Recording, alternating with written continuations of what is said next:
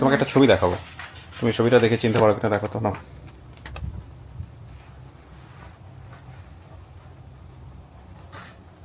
আমি কিছু ওই যে অত্যাচার করছিল, অত্যাচার করছে। মাথা কি ফেরে ফুটে দিছিল বাড়ি দিয়ে এরকম। ছোটবেলা থেকে ফ্যামিলির ভাবে কোনো আদর পাই নাই, তো আমি আমার মাকে কোনোদিনও ভাবে মা বলে ডাকিনি। সালামু আলাইকুম প্রিয় দর্শক এবং শ্রোতা, আল্লাহ সর্বাবস্থায় আমাদের সবার মঙ্গল করুন সেই দোয়া এবং শুভকামনা জানিয়ে শুরু করছি আপন ঠিকানার একটি আপডেট পর্ব। এবং আমি একটু মুভ করতে করতেই দিচ্ছিলাম। আপনারা নিশ্চয়ই খেয়াল করেছেন যে আমাদের আগের যে এনভায়রনমেন্টটা ছিল স্টুডিও, সেটা অনেকখানি পরিবর্তন হয়ে গেছে এবং আমরা এই পরিবর্তনের মধ্যেই আছি। কোনটা ভালো লাগবে কোনটা ভালো লাগবে না সেটা নিয়ে আমরা সবসময় চেষ্টা করছি। যাই হোক, প্রসঙ্গ সেটা না, প্রসঙ্গ হচ্ছে আজকে যার আপডেট ভিডিওটা করতে যাচ্ছি, জান্নাতুল ফেরদৌস বৃষ্টি। আমাদের ঈদের পরপর 756 নম্বর যে পর্বটি প্রচার হয়েছিল সেটার অতিথি ছিলেন তিনি। এবং আজকে যদি এটা সফল হয় তাহলে শুধুমাত্র আপন ঠিকানায় আমাদের সফলতার সংখ্যা দাঁড়াবে 437 জন এবং ইন টোটালি আমাদের সফলতার সংখ্যা 467 জন। আরও অনেকগুলো পেন্ডিং ভিডিও আছে, সেগুলো ক্যালকুলেট করলে আসলে 500 ক্রস করে যায়, বাট ঠিক আছে, আমরা 467টাই ধরতে চাই। আচ্ছা, জান্নাতুল ফেরদৌস বৃষ্টির যেই বেসিক ভিডিওটা প্রচার হয়েছিল, এখানে আমাদের জানেন ফেসবুকে প্রচুর মানুষ সেটা দেখেছে, ইউটিউবেও দেখেছে। এবং এই ভিডিওটা প্রচার হওয়ার পরে আমার পরিচিত জন থেকে শুরু করে অনেকেই এই মেয়েটির জন্য চেষ্টা করেছেন পরিবারে ফেরানোর। তো আমরা যেটা পাচ্ছি এখানে, যে অফিস থেকে তথ্য সংগ্রহ করেছেন জান্নাতুল ফেরদৌস বৃষ্টি। উনি বাবার নাম বলেছেন ফারুক ইসলাম, মায়ের নাম হচ্ছে বেলি বেগম, ভাই বোনের নাম এবং সংখ্যা হচ্ছে লাবণী। ঠিকানা বলেছে পাহাড়ভাঙ্গা, আখানগর, ঠাকুরগাঁও। হারিয়ে যাবার যে বিবরণটা আমরা পেয়েছিলাম সেখানে হচ্ছে ওনার বর্তমান বয়স 18 বছর, হারানোর সময় বয়স ছিল 11 থেকে 12। এবং ছোটবেলায় আমার বাবা দ্বিতীয় বিয়ে করে চলে যায়, আমার মায়ের সাথে নানু বাড়িতে থাকতাম। কয়েক মাস পর আমার খালু আমাকে ঢাকায় এনে ওনার পরিচিত এক বাসায় দেয়। ওনারা আমাকে অনেক মারধর করতেন। একদিন বাসার গেট খোলা দেখে সে বাসায় পালিয়ে বের হই। এরপর থেকে বিভিন্ন বাসায় কাজ করে বড় হয়েছে, সেখান থেকে আর নিজ পরিবারে ফিরতে পারিনি। প্রিয় দর্শক এবং শ্রোতা, এই ভিডিওর এই পর্যায়ে আমরা একটু বলতে চাই যে আমাদের প্রথম ভিডিওতে আপনারা দেখবেন যে আমাদের যিনি অতিথি ছিলেন জান্নাতুল ফেরদৌস বৃষ্টি, তিনি বলেছিলেন তিনি বিভিন্ন বাসায় কাজ করেছেন এবং তার মধ্যে একটি হচ্ছে সাগর রুনির পরিচিত কোনো এক কাজিনের বাসায় হয়তো তিনি কাজ করেছেন। তো সেইখানে এই বিষয়টা শোনার পরে আমার অবাক হয়ে তার কাছে একটা প্রশ্ন ছিল যে আপনারা তো জানেন যে বাংলাদেশের ইতিহাসের নৃশংসতম হত্যাকাণ্ড হচ্ছে সাগররুনি হত্যাকাণ্ড, যেটা এখনও বিচার প্রক্রিয়াধীন। বাংলাদেশের অসংখ্য মানুষ, বাংলাদেশের প্রতিটি মানুষ অপেক্ষায় আছে এই বিচারের ফলাফল দেখার জন্য। তো যেহেতু খুবই আলোচিত একটি নাম, আলোচিত একটি বিষয়, তো সেই জায়গা থেকে আমার হুট করেই মানে খুব কোয়ারি তৈরি হয় যে ওই সময়টা তো ওখানে ছিল কিনা। যেহেতু এখানে আসলে এটা খুব র্যান্ডম একটা কোশ্চেন, আমার হয়তো আর একটু সচেতন হওয়া প্রয়োজন ছিল। তো যাই হোক, অনেকেই মনে করেছেন যে আমাদের আসলে ওই বিষয়ে কোনো ভিডিও কিনা। আমাদের প্রথম দিকে আমরা আসলে যে ভিডিওটা যেভাবে এখানে এসছিল, সেটা তারা অনেকেই মনে করেছেন হয়তো, যদিও আমাদের পেজের কমেন্টস এবং দেখে খুব একটা আমি তো পাইনি, আমি একেবারেই পাইনি। বাট ওনার এক আত্মীয়র সঙ্গে আমার কথা হয়েছে, he is a very gentleman. তো ওনার জায়গা থেকে ব্যাখ্যাটা এরকম ছিল যে না, প্রথম কথা হচ্ছে এই মেয়েটি কাজ করেনি আমাদের কোনো কাজিন বা কোনো আত্মীয়র বাসায়। ওনার কথা হচ্ছে এটা। বাই দ্য ওয়ে, এটা আমি আসলে আপনাদেরকে যেহেতু ভিডিওতে বলছি, এটা অফিসিয়ালি বলছি, বাট এটা আমার তার সঙ্গে আনঅফিসিয়ালি টক। আমি কথা বলেছি দীর্ঘক্ষণ। এবং যেটা হয়েছে যে উনি এটা যাতে সাধারণ জনগণ যাতে মিস ইন্টারপ্রেট না করে, সাধারণ জনগণ যারা দেখেছেন এই ভিডিওটা, প্রথম ভিডিওটা দেখে ওনাকে যারা পোক করেছেন, তারা যাতে কোনোভাবেই এটা ভুল ব্যাখ্যা না করেন, সেজন্য আমাদেরকে এটা বলে দিতে বলেছেন। এবং we are doing Apology for that. Actually আমরা আসলে কোনোভাবেই ইচ্ছাকৃতভাবে ওটাকে হাইপ করতে চাইনি, অনিচ্ছাকৃত ভুল হয়েছে। এবং প্রথম ভিডিওটা প্রচার হওয়ার পরপরই যখন বিষয়টি আমার কাছে নোটিশ হয় এবং আমার কাছে যখন এটা চোখে লাগে, তখনই আমি তাৎক্ষণিকভাবে এটাকে কারেকশন করার চেষ্টা করেছি।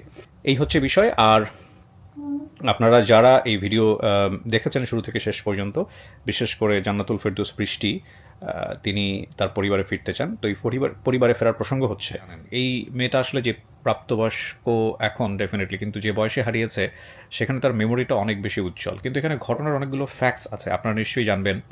ফ্যাক্টসের জায়গাগুলো হচ্ছে এরকম যে ওর বাবার কিছু স্মৃতি ওর মধ্যে আছে, যেটা খুব ভালো কোনো স্মৃতি না। ওর মায়ের যে স্মৃতিগুলো ওর মধ্যে আছে, যে ওর মা মানসিকভাবে অসুস্থ ছিলেন এবং ওর মা হয়তো ওকে রিকগনাইজও করতে পারবে না। এরপরে ওর আসলে যেভাবে বড় হয়ে ওঠা, বিভিন্ন বাসায় কাজ করে ওর যে অভিজ্ঞতা, সেখানে দুই একটা বাসায় ওর কাজের অভিজ্ঞতা খুবই বাজে। এবং ওর বয়সটা যেহেতু খুবই অল্প, সেই জায়গা থেকে ওর ভেতরের যে কষ্ট, ওর ভেতরের যে রিয়ালাইজেশন, এটা আমাদের অসংখ্য মানুষকে কাঁদিয়েছে আমি মনে করি ভিতরে ভিতরে। তো আমরা চেষ্টা করব আজকে যাতে ওর পরিবারে ও ফেরে, এবং একই সাথে পরিবারের সদস্য যারা আছেন সেই সব সদস্য আম, যারা আজকে আমরা এখানে উপস্থিত করতে পেরেছি তাদের কাছ থেকে আমরা কিছুটা হলেও ফ্যাক্টস ফাইন্ডিং করার চেষ্টা করব। বাট ফ্যাক্টস ফাইন্ডিংটা আমাদের মূল উদ্দেশ্য নয়। আমাদের মূল উদ্দেশ্য হচ্ছে যে তারা আসলে ওনার আত্মীয় কিনা, ব্লাড রিলেটেড আত্মীয় কিনা। যদি তারা আত্মীয় হয়ে থাকেন তাহলে এটাই আমাদের ফ্যাক্ট। সো এর চেয়ে বেশি কিছু আর বলার নেই। আমরা এই পর্যায়ে চলে যেতে চাচ্ছি দ্বিতীয় ধাপে। দ্বিতীয় ধাপ শুরু করছি প্রিয় দর্শক এবং শ্রোতা। আসসালামু আলাইকুম। বৃষ্টি, কেমন আছো?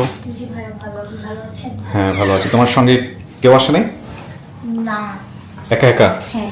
আচ্ছা, আমি একটু বসি তোমার সেই ফুল টাকার জন্য, আমাদের জন্য। জি, আপনাদের জন্য। Thank you so much. So আমরা তো এরকম একটা পরিবারের সন্ধান পেয়েছি এখন পর্যন্ত। তুমি তো জেনেছো কোথায়, না? আমরা তো ফোন দিয়ে তোমাকে জানিয়েছি। কবে, কিভাবে, এখান থেকে প্রচার হওয়ার পরে কি হলো আমাকে একটু বলো তো। মানে ভিডিওটা প্রচার করে যাওয়ার পরে কি হয়েছে? তুমি চাইলে আমার দিকে ঘুরে বসতে পারো। হ্যাঁ, বলো কি হয়েছে। কোনো কিছু হয়েছে ভিডিওটা প্রচার? না। তোমাকে ফোন দিয়ে জানানো হয়েছে অফিস জি, থেকে? আমাকে জানানো হয়েছিল। কবে জানানো হয়েছে? 2 দিন আগে জানানো হয়েছিল। মানে ভিডিও প্রচারের দিনই কি আমরা জানাতে পেরেছি নাকি তারও? যখন ভিডিওটা ছাড়া হয়েছিল তখনও জানানো হয়েছিল। এরপরেও আমাকে জানানো হয়েছিল যে আজকের তারিখে আসতে হবে আমাকে। আচ্ছা, তুমি নিজে থেকে যোগাযোগ করেছো? জি, আমি নিজে থেকেও যোগাযোগ করেছি। কার সাথে যোগাযোগ করেছো? ওই একটা ভাইয়ার সাথে, মানে নামটা আমি বলতে পারছি না। কোন ভাইয়া এটা বলো তো? ওই যে ফোনটা যে ভাইয়া ধরে। মানে আমাদের অফিসে? হ্যাঁ, হ্যাঁ। না না, ওনার না, মানে আমি বলতে চাচ্ছি তোমার ফ্যামিলির কারোর সঙ্গে তোমার না না যোগাযোগ? না, আমার ফ্যামিলি কারোর সাথে যোগাযোগ হয় নাই? না। আচ্ছা, তো এখন আসলে তোমার গার্ডিয়ান কারা? মানে ঢাকা শহরে কেউ কি তোমার কোনো গার্ডিয়ান আছে, কোনো দায়িত্ব না, নিয়েছে এরকম না, কেউ আছে? আমার দায়িত্ব কেউ নেয়নি ওভাবে এখনো। তো তুমি তো বনানীতে বোধহয় একটা জায়গায় কাজ করো, জি, না? থাকি, মানে ওনারা অনেক কথা বলেছেন, মিডিয়া নাকি খারাপ, মিডিয়ার সম্বন্ধে অনেক কিছু বলেছে। আচ্ছা, তো এখন এই যে তুমি যে মিডিয়াতে ফেস করতেছো, তুমি যদি ফ্যামিলির কাছে যাবা, এখন তুমি তাহলে কি করবা এরপরে? এরপর আমি আমার ফ্যামিলি পাওয়ার পরে হয়তো আমি সাথে সাথে ব্যাক করতে পারবো না দেশে, সেটা আমার ফ্যামিলির সাথে মানে যোগাযোগ রাখতে হবে। তো ওদের বর্তমানে তুমি যেখানে আছো ওখানে থাকতে পারবা? হ্যাঁ হ্যাঁ, থাকতে পারবো। আচ্ছা, সো আমি এখন যেটা পাচ্ছি তোমার বর্তমান ঠিকানা হচ্ছে বনানী রোড, 9 নম্বর ওয়ার্ড, বনানী, ঢাকা, রাইট? জি। তুমি এখানে কি করো? আমি এখানে রান্না বান্না করি, ওনাদের বাসায়? জি, ওনাদের বাসায় কাজ করি। আচ্ছা, প্রিয় দর্শক এবং শ্রোতা, যেহেতু এই বাসাটা ওনার বাসা না, মানে আমাদের জান্নাতুল ফেরদৌস বৃষ্টির বাসা না, এবং এই বাসাতেও আসলে হেল্পিং হ্যান্ড হিসেবে আছে, সুতরাং আমাদের এই ভিডিও দেখে কেউ এই বাসাতে গিয়ে পোকও করবেন না, দয়া করে বাসায় গিয়ে এর খোঁজ করারও চেষ্টা করবেন না। যদিও অনেকে দায়িত্ব নিতে চেয়েছেন লেখাপড়া, বা অনেকে হয়তো গুড মাইন্ড নিয়ে ওখানে যাওয়ার চেষ্টা করবেন, সো এটা করবেন না। এবং এটা করলে হয়তো ওর সমস্যা হবে, রাইট? হ্যাঁ, হ্যাঁ, ধরো এই যে আমাদের র্যান্ডম স্ট্রেঞ্জার যারা আছে তারা যদি এই ভিডিওর মাধ্যমে গিয়ে তোমার মালিকের বাসায় গিয়ে যদি ডিস্টার্ব করা শুরু করে, তাহলে এটা আমারই প্রবলেম হবে। প্রবলেম হবে না? হ্যাঁ, আমারই প্রবলেম হবে। সো আমরা যেটা করি, জি। এক্স্যাক্টলি আমার ম্যাম বাংলাদেশে নেই, কারণ উনি আমেরিকায় গেছে, বিদেশে। তো উনি বিদেশ থেকে অনেক কিছু ফেস করছে, বলতেছে তুমি একটা মেয়ে মানুষ হয়ে মিডিয়ায় যাচ্ছ, এটা তো মেয়েদের হিসাবে ভালো না। না, উনি হয়তো বোঝেন না এই বিষয়টা, তুমি কেন এসছো। যাই হোক, ওনাকে আমরা কথা নাইবা বলি। তাহলে আমি এখানে একটা কথা বলি যে এই যে বাসার ঠিকানাটা দিলাম, আমরা এই বাসার ঠিকানাটা মিউট করে দিয়েছি, শুধু বনানী আমরা বলছি। বনানীর কোথায় বা কি অবস্থা সেটা আমরা বলছি না, ওর বর্তমান ঠিকানাটা। আর দাবি করা পরিবারের ঠিকানা যেটা পাচ্ছি, পাহাড় ভাঙ্গা, 4 নম্বর ওয়ার্ড, আখাননগর, ঠাকুরগাঁও সদর, ঠাকুরগাঁও।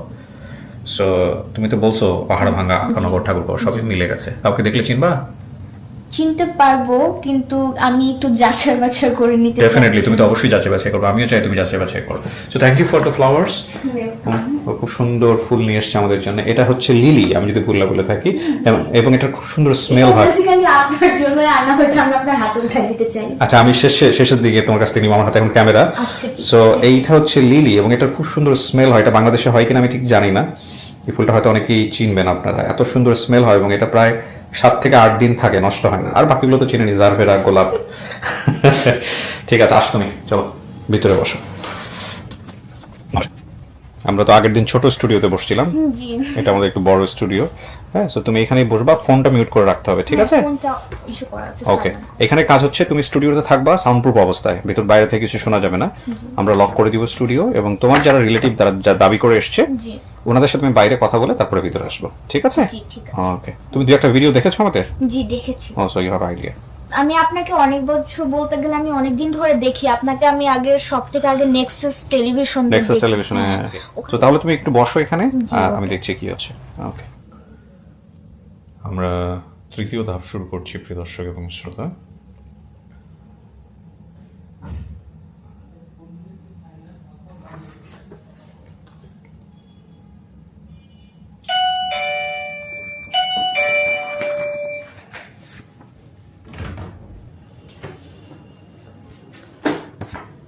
আসেন, চলে আসেন। ওয়ালাইকুম ভাই, বসো।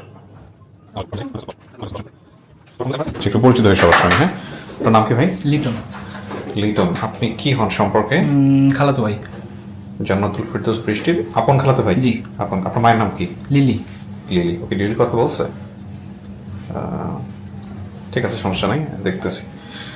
আপনার পরিচয় ভাইজান? মেহেদি হাসান। কি হন আপনি? আসলে এলাকাবাসী, আমার এলাকার ফুফাতো বোন হয়ে আর কি। পাড়া প্রতিবেশী। পাড়া প্রতিবেশী। আর আমি বিশেষ করে উত্তরায় থাকি, তো আমি আসবো ঢাকায়, ওই জন্য ওকে, আমাদেরকে হ্যাঁ। সাথে নিয়ে আসেন। Great great, beautiful. ওকে, আমার নাম হচ্ছে লাবণী আক্তার, লাবণী। হ্যাঁ, কি হও তুমি ওনার? ছোট বোন হই। আপন ছোট বোন? হ্যাঁ, ওকে। কত বছর ধরে তোমার বোনের সাথে যোগাযোগ নাই? 12 বছর ধরে। তুমি জানো কোথায় ছিল? হ্যাঁ, কোথায়? এই যে ঢাকায় যে কোথায় আসলো আমি জানি না। তুমি জানো না? তুমি, তোমার বয়স কত?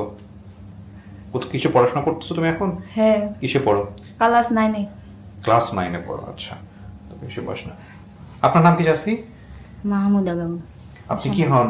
খালা, আপন খালা? আপন খালা। বড় ওর মা কি বেঁচে আছে? আমাদের এই যে জান্নাতুল ফেরদৌস আসিল 1 বছর থেকে নাই।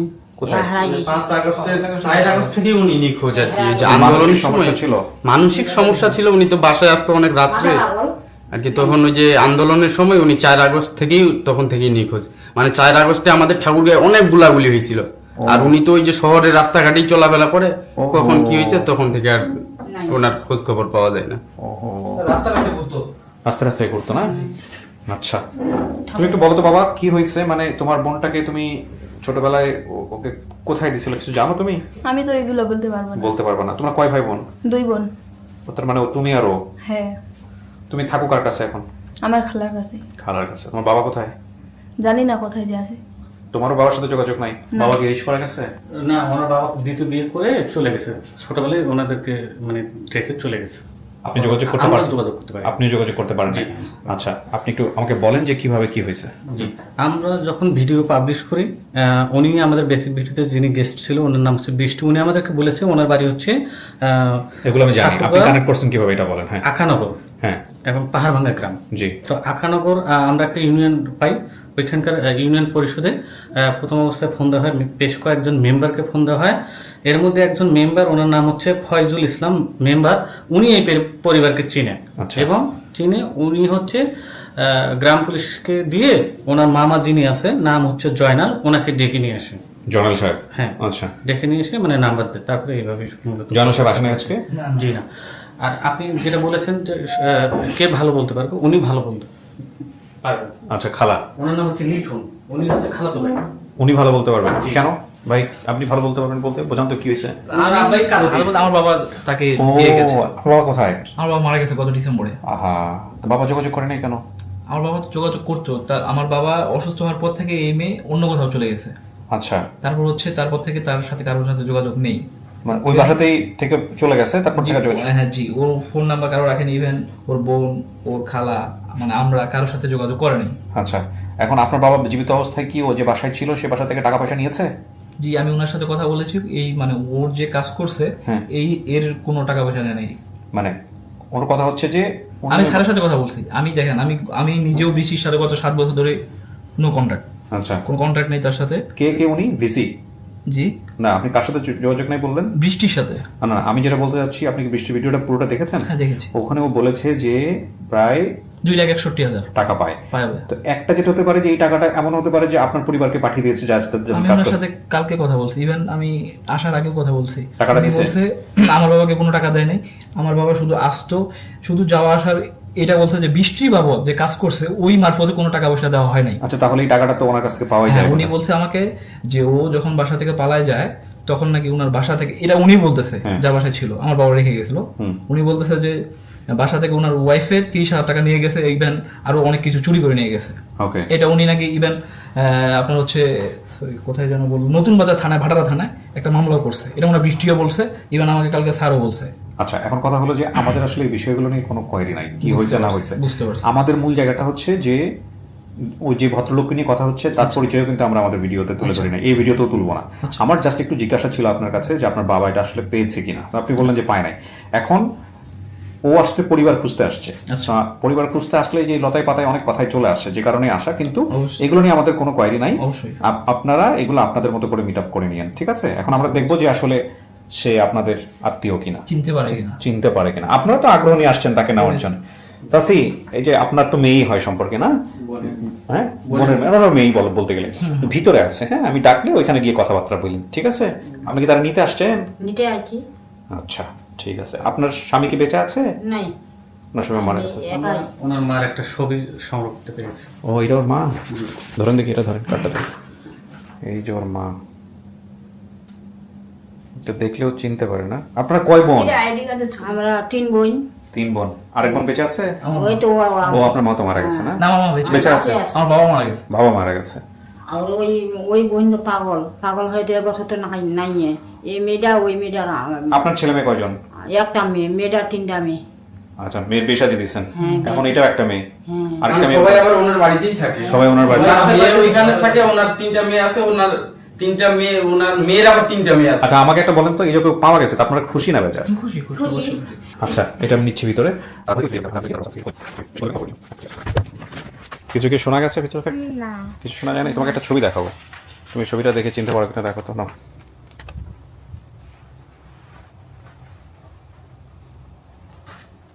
আমি কিছু চিনতে পারতেছো না?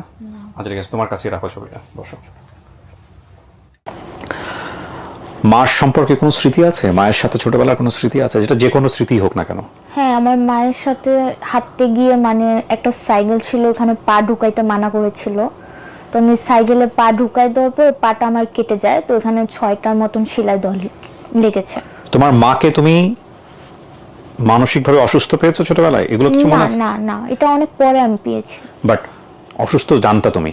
যে সে কি করতো? সে কাজ করতো, মানে মানুষের বাসায় কাজ করতো। না, মানে মানসিকভাবে অসুস্থ হয়ে কি করতো?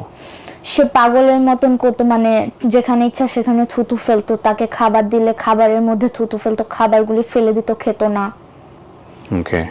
পরে পানি খেত না, মানে অনেক রকম মানুষের সাথে হাসতো, মানে উনি সারাক্ষণ হাসতো। এটা কেন হইতো? মানে এটা কেন হয়েছিল, কিছু বের করা গেছে? লোকজন কি বলতো যে উনি এরকম হয়ে গেল কেন? উনারা কিছু বলে নাই, কিন্তু আমি বলবো এটা হলো আমার বাবার ক্ষেত্রে হয়েছে, কারণ আমার বাবা অনেক তাকে মাথায় মেরেছে।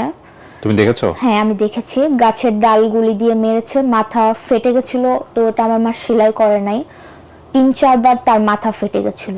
ওকে। তো এগুলো মারধর করলে গ্রামের লোকজন ব্যবস্থা নিত না? চেয়ারম্যান মেম্বার যারা আছে ব্যবস্থা নিত না? তারা কথা বলতে গেলে তাদেরকে মারধর করা শুরু করতে দিত আমার বাবা। যাই হোক, এগুলো তোমার স্মৃতি, কিন্তু এগুলো কতটুকু সত্য আমরা জানি না।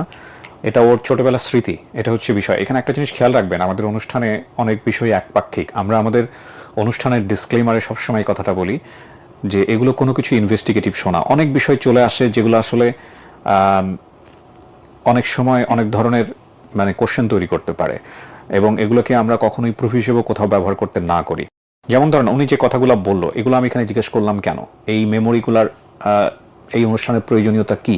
এখন কথা হচ্ছে যে এই অনুষ্ঠানের প্রয়োজনীয়তা হচ্ছে যখন এই গেস্টরা আসবে এখানে বাইরে থেকে, এই যে ছোটবেলার ওর মেমোরিগুলো আছে সেগুলো ওর সাথে মেলানোর চেষ্টা করবে। এটা এমন না যে ওর বাবাকে আমরা অ্যাকিউজ করছি বা ওর মার সাথে কি হয়েছে সেগুলো নিয়ে আমরা আসলে ইনভেস্টিগেট করছি। হ্যাঁ, এক একজন এক এক রকমের ভাবতে পারেন, কিন্তু আমাদের এখানে এইসব বিষয় মানে জিজ্ঞাসা করার যৌক্তিকতা হচ্ছে হলো এই মেমোরি যেটা, সেই মেমোরিটা ওনার যে আরও যারা আত্মীয় স্বজন আছে সেগুলোর সাথে মেলে কিনা। সো দেখা যাক তোমার জন্য কার আসছে। হ্যাঁ, নিয়ে আসি, আল্লাহ ভরসা। কেমন লাগতেছে? ভালো লাগছে, বাট নার্ভাস লাগছে, কারণ নার্ভাস লাগছে? কে না কে আসছে। দেখো না, তুমি কথা বলো, তোমার যদি দেখা যাক কি হয়। আসেন। আসেন আসেন, চাচি আসেন।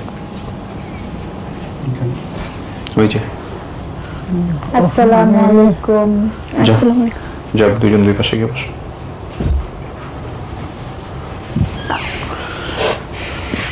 কথা বলেন চাচি, জান মন। আমার মনে হচ্ছে আমি চিনতে পেরে গেছি। হ্যাঁ,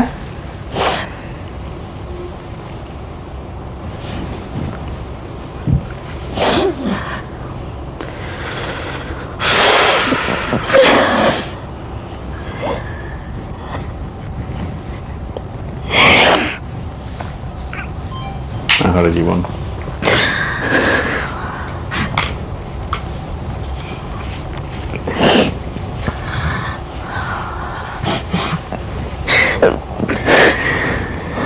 ওই চিনছেন?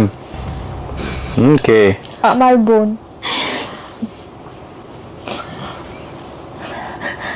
আর উনি? উনি হচ্ছে আমার বড় খালা।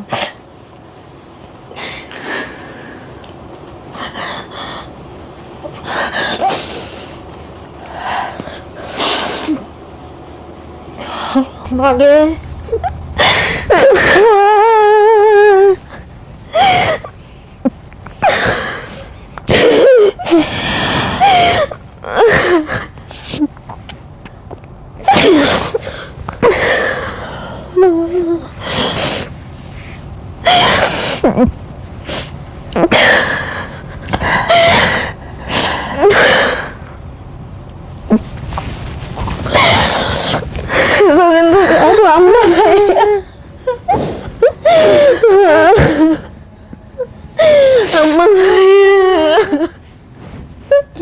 আম্মা নাই, এক বছর তো নাই। নানিও তো, নানি মারা গেছে। নানিরটা তো আমি শুনছি, আমার ভাইয়েরটা তো আমি শুনি নাই।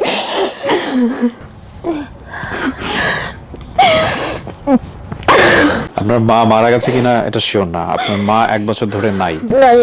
আমি আমার মায়েরটা শুনিনি কোনোদিন ওই পর্যন্ত।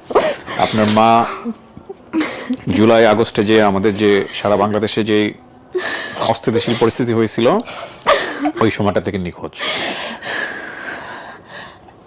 কিন্তু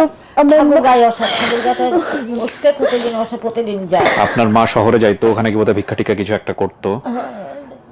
ওই শহরে গোলাগুলি হয়েছে, ওই সময়টা থেকে আপনার মা নিখোঁজ। আমার মা কি মারা গেছে নাকি আমার মা নিখোঁজ হয়ে গেছে আমরা জানি না, কারণ যদি মারা যেত এটা আল্লাহ ভালো জানেন। এখন ওই সময়টা থেকে সে মিসিং।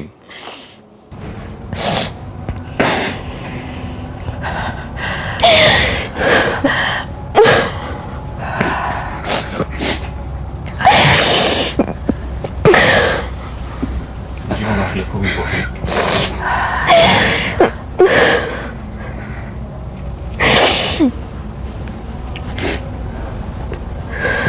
বাড়ি যাবনি। আসলে বলতে গেলে আমি ছোটবেলা থেকে ফ্যামিলির ভাবে কোনো আদর পাই নাই, তো আমি আমার মাকে কোনোদিন ভাবে মা বলে ডাকিনি। ছেলা থেকে তো ই নাই, ছেলা থেকে মেনলি মাথা পাগল।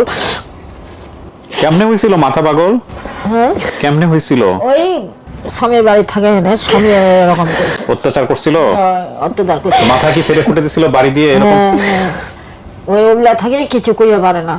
তখন মা ছিল বাচ্চা, মা লেগেছে। তো আপনারা থানা পুলিশ করেন নাই, আইনের আশ্রয় নেন নাই, এরকম অত্যাচার করছে? আমার নানি বাড়ি থেকে ওইভাবে কোনো কিছু করা হয় নাই, বাট আমার মা অনেক কিছু পুলিশের সাথে, পুলিশরাও কিছু করতে পারে নাই।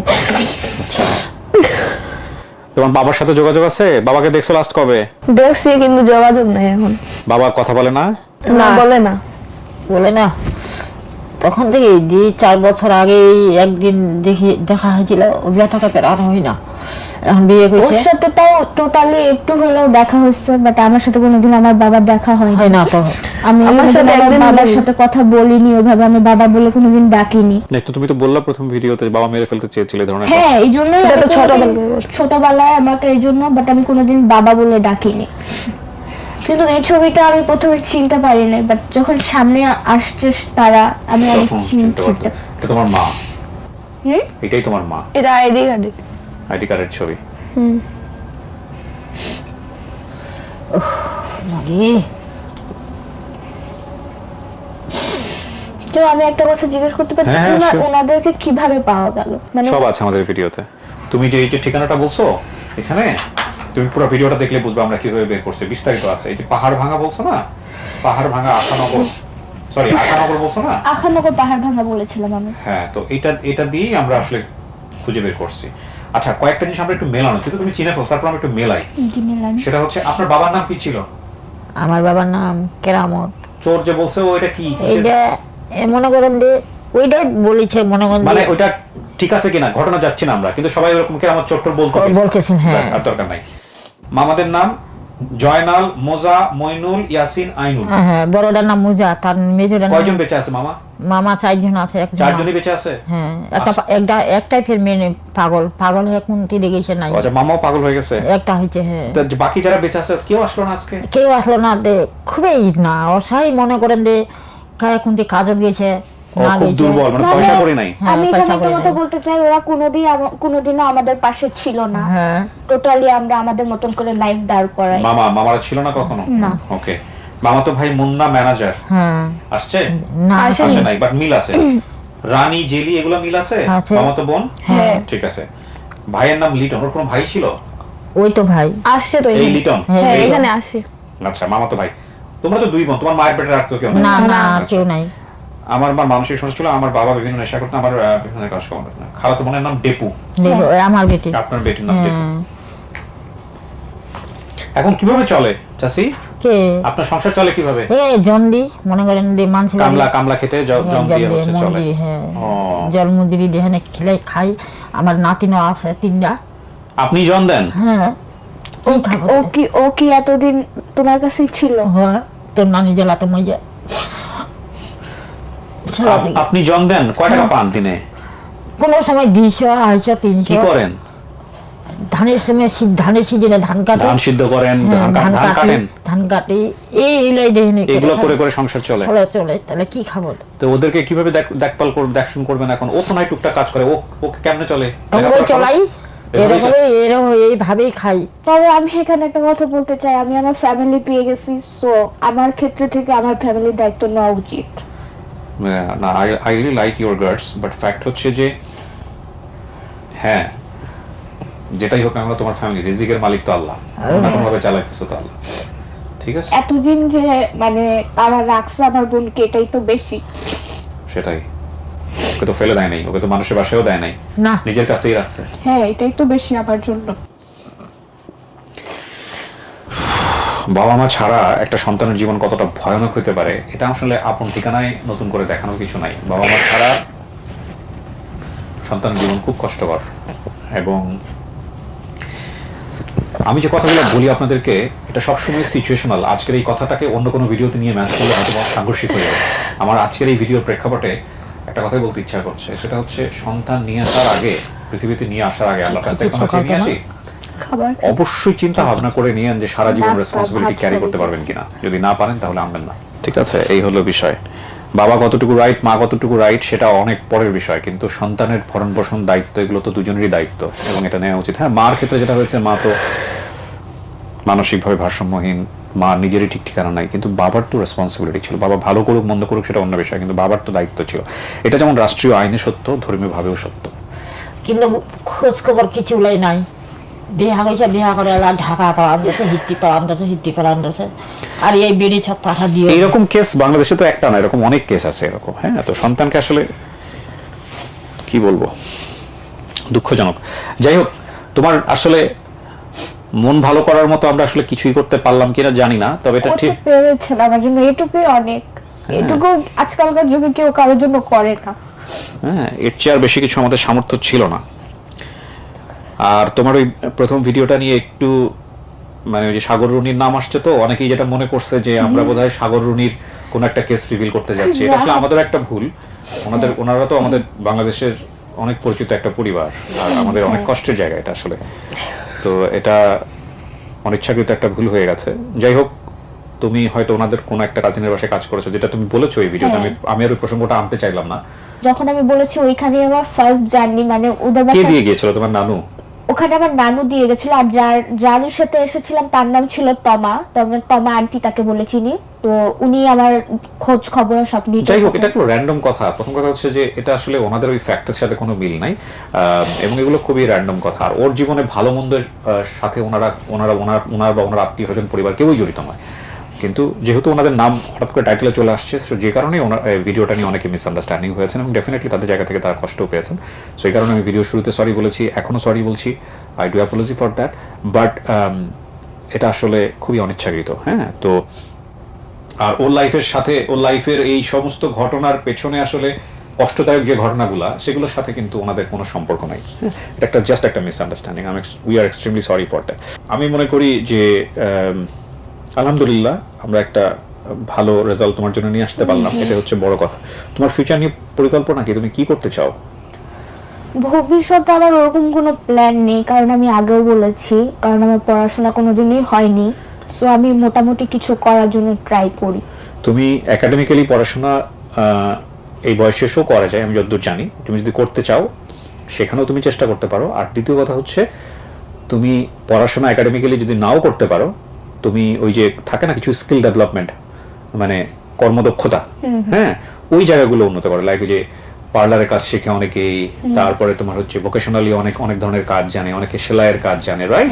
সো এইগুলোতে তুমি নিজের স্কিল ডেভেলপ করতে পারো। আর বাংলাদেশে আসুন্না ফাউন্ডেশন নামে একটা ফাউন্ডেশন আছে, তুমি নাম শুনেছো কিনা আমি জানি না। নাম শুনেছি, বাট চিনি না। হ্যাঁ, ওখানে আমি গিয়েছিলাম লাস্ট ভিজিটে, ওখানে ওরা কাজ করে। সো তোমার কথা বলে তুমি যদি অ্যাপ্লাই করো, আমার ধারণা সেখান থেকেও তোমার জন্য একটা ভালো ব্যবস্থা হতে পারে। যদি ইন ডিটেইলি যদি না চায়, অনেক সময় ওখানে তো ওরা জাকাতের অর্থ দিয়ে করে, বাছাই করে যারা আসলেই দুস্থ তাদেরকে হেল্প করে। সেক্ষেত্রে তুমি ভিডিওটা সাজেস্ট করতে পারো ওনাদেরকে যে আমি আসলে আপন ঠিকানার মাধ্যমে এসেছি। সেক্ষেত্রে আমার মনে হয় তোমার জন্য ওনারা ট্রেনিং এর ব্যবস্থা করবে, যদি তোমার জন্য সেটা কমফোর্টেবল হয়। সো আমি মনে করি কি, আল্লাহ আসলে তাকেই সাহায্য করেন যে নিজেকে সাহায্য করে। তুমি তো বুঝতেই পারলা যে তুমি বড় বোন, এখন ও ক্লাস 9-এ পড়ছে, তোমার অনেক বড় রেসপন্সিবিলিটি। ওনার তো বলতে গেলে বয়স চলে গেছে, তাই না? হ্যাঁ, সো ইনশাআল্লাহ তাওয়াক্কালতু আলাল্লাহ, ভালো কিছুই হবে। ঠিক আছে, ইনশাআল্লাহ করবেন আমাদের জন্য, অবশ্যই দোয়া করব।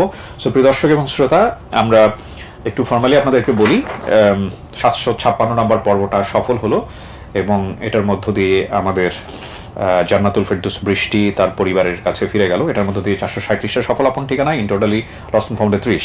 এবং আলহামদুলিল্লাহ সফল ভিডিও। কিন্তু ওর মায়ের যে ছবিটা দেখিয়েছি, এটা যদি ঠাকুরগাঁয়ের কোনো লোকজন দেখে থাকেন, উনি কোথায় থাকেন, আসলে সত্য কথা বলতে গেলে এটা আমার কাছে খুব কঠিন মনে হয়। এরকম মানসিকভাবে যারা অফ, তাদেরকে রাস্তায় পড়ে থাকলে চেহারা চেঞ্জ হয়ে যায়, তাদেরকে খুঁজে বের করা খুব মুশকিল। আমরা বরং দোয়া করতে পারি ওর মা যাতে বেঁচে থাকেন এবং ওর মা যাতে ওদের কাছে ফিরে আসেন। এর চাইতে আনন্দের খবর ওদের জন্য কিছুই হবে না। যেহেতু লক্ষ লক্ষ নাই কেন ওই সময় গুলাগুলি চলিছিল, তো মনে করেন যে ঠাকুর গায়ে আসে, ওইলে রাত থাকিলে সকালে চলে যায়। তারপরে ওই দিনটা আর যায়নি, ওই দিনটা যাওনি, মোর বই কোনো খাওয়া ওঠেনি সকালে। আপনার ধারণা করছেন গোলাগুলিতে মারা গেছে?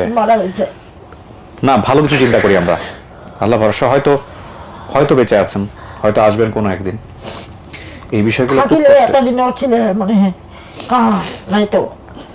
সারা জীবন ওরা প্রত্যাশায় থাকবে, আর আমাদের দোয়া থাকুক যে ওর মা যাতে ফিরে আসে। এই হচ্ছে অবস্থা। আমরা এবার পরের ধাপে যেতে চাই। আসো, বাকি দুজন যারা আছে ওদের সাথে দেখা করবি। আসেন, চলো। ফটো লাগবে না, আসেন, চলে আসেন চাচি।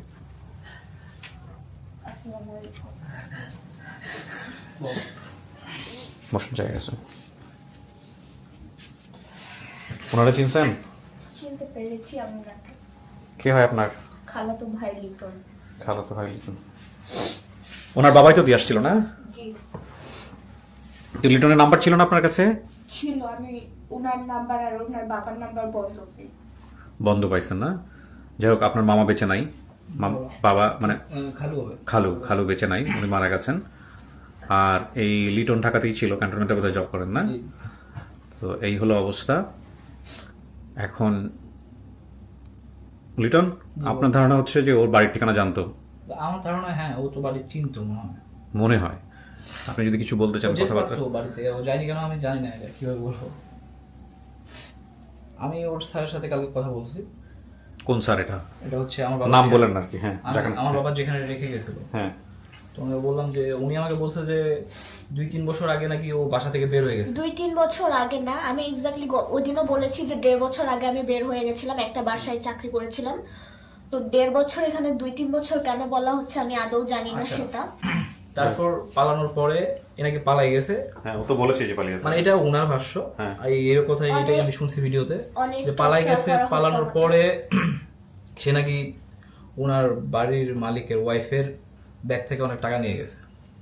এটা হচ্ছে উনি বলছে। ইভেন উনি, এটা রং কথা, আসলে আমি এরকম এটা মেয়ে না। উনি even- আগে আমি এবার যতগুলি বাসায় থেকেছি এ পর্যন্ত কোনোদিন টাকা নিয়ে আমাকে কেউ চুরির যাক, ওই অপবাদ প্রসঙ্গে আমরা না যাই ভাইয়া। উনি ভাটারা থানায় এর নামে মামলা হ্যাঁ, করেছে। সেটা এটা তো ও এটা বলছে। ওনার কথা বলছে, এটা এটা আমি ও just বলছে, বললাম। এটা ও কিন্তু বলছে। আমার এখানে আরেকটা কথা আছে, আমি যে টাকাগুলি পাই দয়া করে যেন তারা ফেরত দিয়ে দেয়, নাহলে কিন্তু তাদের এগেনস্টে আমি অনেক কিছু করতে বাধ্য হব। ওকে খোঁজা হয়েছে, বা ও তো এখন দেখেন ওর ফোন নাম্বার কারো কাছে ছিল না, ওকে খুঁজবে কিভাবে মানুষজন? আর ওরা থাকে গ্রামে। না, কিন্তু এখানে একটা কথা আছে, সেটা হচ্ছে যে 1.5 বছর আগে ও বাসা থেকে বের হয়ে গেল। আমার তারিখটাও মনে আছে, জানুয়ারি 14 তারিখে আমি ওনার বাসা থেকে বের হয়ে তো যাই। আপনারা যান নাই কেন ওখানে? মানে কোথায়? 1.5 বছর আগে ওর বাসায় যান নাই কেন? 1.5 বছর আগে 1.5 কোন বছর বাসায়? যে বাসায় দিয়ে গেছেন ওদেরকে।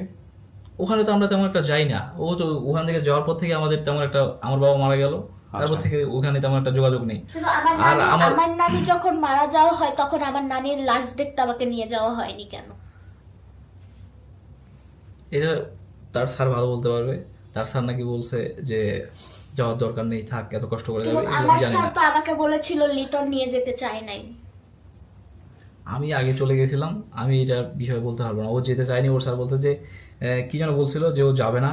ও বলছে যে মরলে মরুক আমার কি। ইভেন আমি এটা ও নাকি, বলিনি, আমি জীবনে এগুলি বলতে পারি না, কারণ আমি আমার লাইফের সব থেকে বেস্ট মানুষ যে আমার নানি, যার সাথে আমি এর আগেও কথা বলে গেছি মিডিয়াকে, যে আমি তার কাছে সবকিছু শেয়ার করতাম। সে ছাড়া আমার দুনিয়া আর কেউ ছিল না, আমি মনে করি বেস্ট। আমার এখানে কার কথা, আমি হচ্ছে তার স্যারের সাথে অনেকদিন ধরে মানে কথা বলিনি সরাসরি। একে তো আজকে দেখলাম অনেকদিন পরে, প্রায় 6-7 বছর হবে না? 7 বছর পরে 7 বছর দেখা পরে হয়েছে। দেখলাম। আর কথা না বলে তো আমি কিভাবে বুঝবো? এখন ওর স্যার বলতেছে টাকা নিয়ে গেছে, এ বলতেছে কোনো কিছু নেই নাই। ওনাকে- আমি কিভাবে গেস করবো কোনটা সত্যি? যাই হোক, সমস্যা নাই। আর এখন কথা লিটনের সাথে অনেক বুয়াই কথা বলেছে যে আমার হাতে ঘা ছিল, এটা আপনি ওকে জিজ্ঞেস করতে পারেন, এটা আমি সত্যি বলেছি না মিথ্যা বলেছি। উনি ফোন ধরে বলেছে যে ও যেভাবে আছে সেভাবেই থাকুক, ওর সাথে এখন আমি কোনো যোগাযোগ করতে চাচ্ছি না। আচ্ছা, আরেকটা কথা, ওকে আমি একবার বাসায় নিয়ে গেছিলাম। বাসায় নিয়ে গেছিলাম, ওই খালা জানে, তারপর হচ্ছে ওর বোনও জানে। বাসায় নিয়ে গেছিলাম, ওরা বলছে যে তোরে আমি আইনে দিলাম, আমি আর তোর রিস্ক নিব না। তো আমার বাবা দিয়েছিল। আমার নানি বলছে যে আমার বাপের নামে, যে আমার বাপ নাকি ওরে বিক্রি করে দিছে। তো আমি পরে নিয়ে গেছি, ও পরে কেন আসলো? আচ্ছা শোনেন, আমি কয়েকটা জিনিস একটু বলি। পরে থেকে আমি তার বিষয়ে, সত্যি কথা, পরে থেকে আমি তার বিষয়ে কোনো কেয়ার করিনি। আপনার লিটন- আমার দরকার নেই, লিটন ভাই। ছিল না, এই জন্য আমি করিনি, যে ও কথাই শুনে না। লিটন ভাই শোনেন, আমি যেটা বুঝি। ওর সাকে দিয়ে বলছে ও নাকি আমার বাবাকে জুতা দিয়ে পিটাবে। শোনেন সব লিটন, ভুল কথা, রং কথা। আমি তা আমি কেন আমার বাবাকে সে এইভাবে বলবে, আমি কেন তার সাথে কথা বলবো? আচ্ছা শোনেন, আমি বলি লিটন ভাই, আমি বুঝতে পারছি আপনাদের দুজনের মধ্যে ওই ভাই বোনের সম্পর্কের জায়গাটা একটু কষ্টকর ব্যাপার স্যাপার আছে। শোনেন, আপনার বয়স কত ভাই?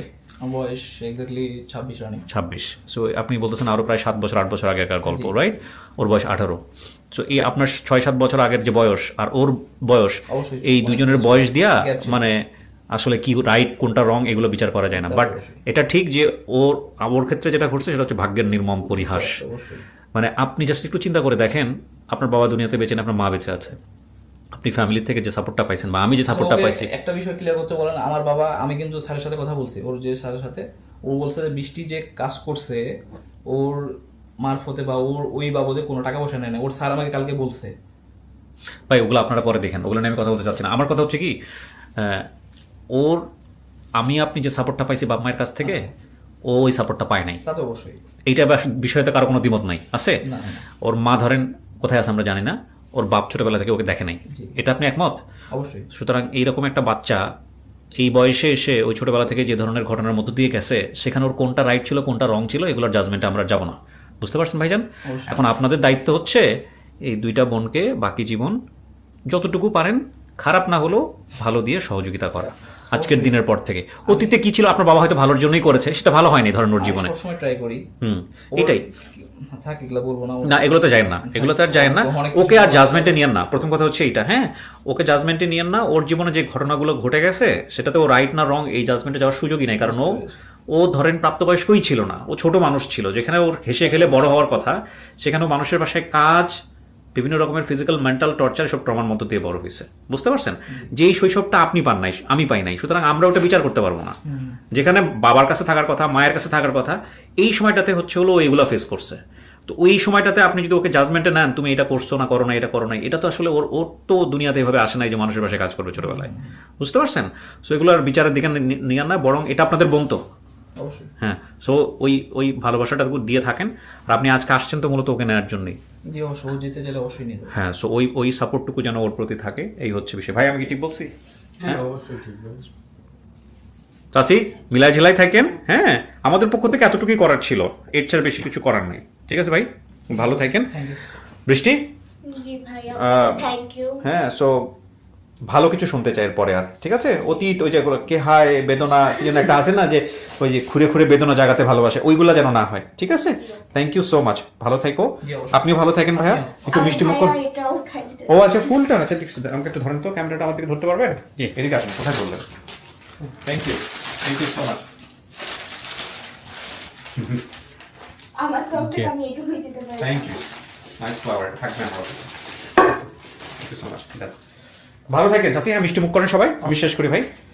ওর সাপোর্ট করেন, অবশ্যই করবো। যে অবস্থায় থাকুক না কেন। তবে আমার কথা হচ্ছে যে ওকে হচ্ছে আমি যা বলবো এটা যদি ওর না শোনে তখন তো আমার খারাপ লাগবে, তখন তো আমি এগুলো খারাপ লাগবে, কিন্তু সেটার ইফেক্টে যায় না ভাই। কিন্তু হ্যাঁ। আমি এখানে আরেকটা কথা বলতে চাই, ওনারা পাশে থাকলেই হবে, বাট আমি কারো উপর ডিপেন্ডেন্ট না। না আলহামদুলিল্লাহ, সেটা তো তোমার জন্য একটা বেটার প্লাস, শুধু সাপোর্টটুকু দিয়ে বোন হিসেবে। হ্যাঁ, এইটা হচ্ছে বিষয়। ভালো থাকেন ভাই, শেষ করি। জি, সালামু আলাইকুম। সো প্রিয় দর্শক এবং শ্রোতা, আমরা আলহামদুলিল্লাহ ভিডিওটা একেবারে শেষের দিকে, এই ভিডিও শেষের দিকে এসেও শুধু একটা কথাই বলতে চাই, সেটা হচ্ছে